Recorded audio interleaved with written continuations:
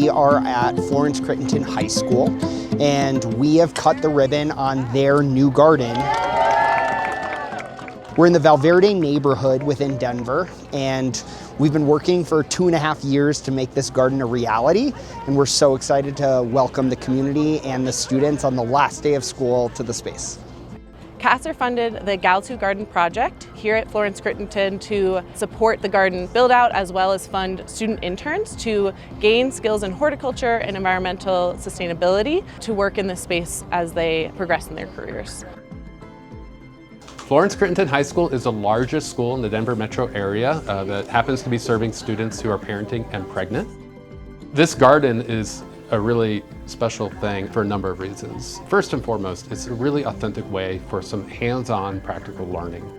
And I believe deeply that authentic learning and learning with a purpose is what really ignites us and helps us dream and envision our futures and then turn that into a plan.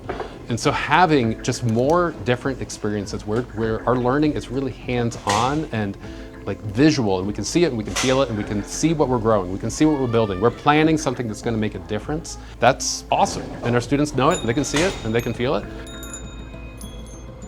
This is a labor of love, and it brings so much value to the neighborhood to see what gardens do and trees growing and giving life back to the neighborhood. I look at this as just the beginning of a long future of equity for not only for Valverde, but to build out and create more pocket gardens. What's amazing about this space is it's going to be designed for a number of different things. So first off, it's super important to have a garden that produces food in Valverde. It's a food desert, so there's no grocery store in this community at all. Second, our students need space in the outdoors. This area is going to provide shade, but it's also going to provide a space for students to learn about pre- and postnatal nutrition while growing the food for themselves. And the trees in the food forest are going to be growing fruit for students to be able to take home. Ideally, the early childhood education classrooms will also get in this space. You'll notice that behind me, there are garden beds that are tall, there are garden beds that are small, there are lots of sensory plants and bright colors all around. So we're kind of balancing that production of the space to get food home to families, but also the sensory experience and the beauty of being in a garden too.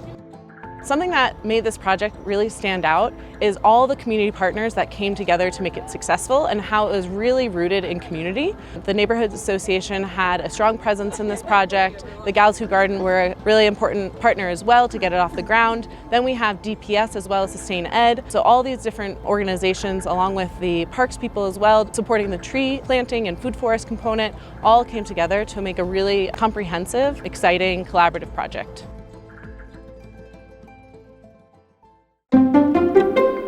Students started to really see oh, there's a mural organization, there's a neighborhood association, there's Sustain Ed Farms, there's Girls Who Garden, there's all these people are just kind of here because we're part of something amazing. And I think they can feel that.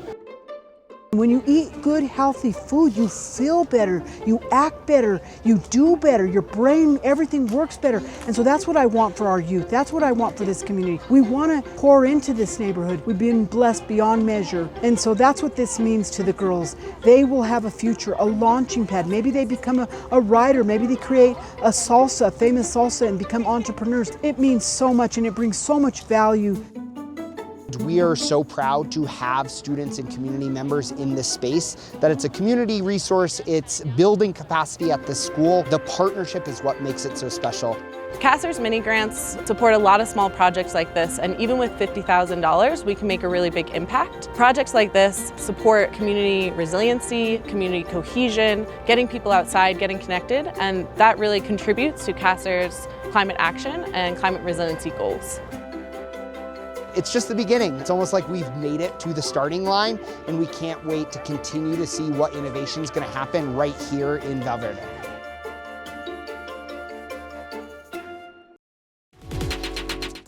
Stay elevated by subscribing to the city's YouTube page for these stories and more. And stay tuned to our social media channels for more content.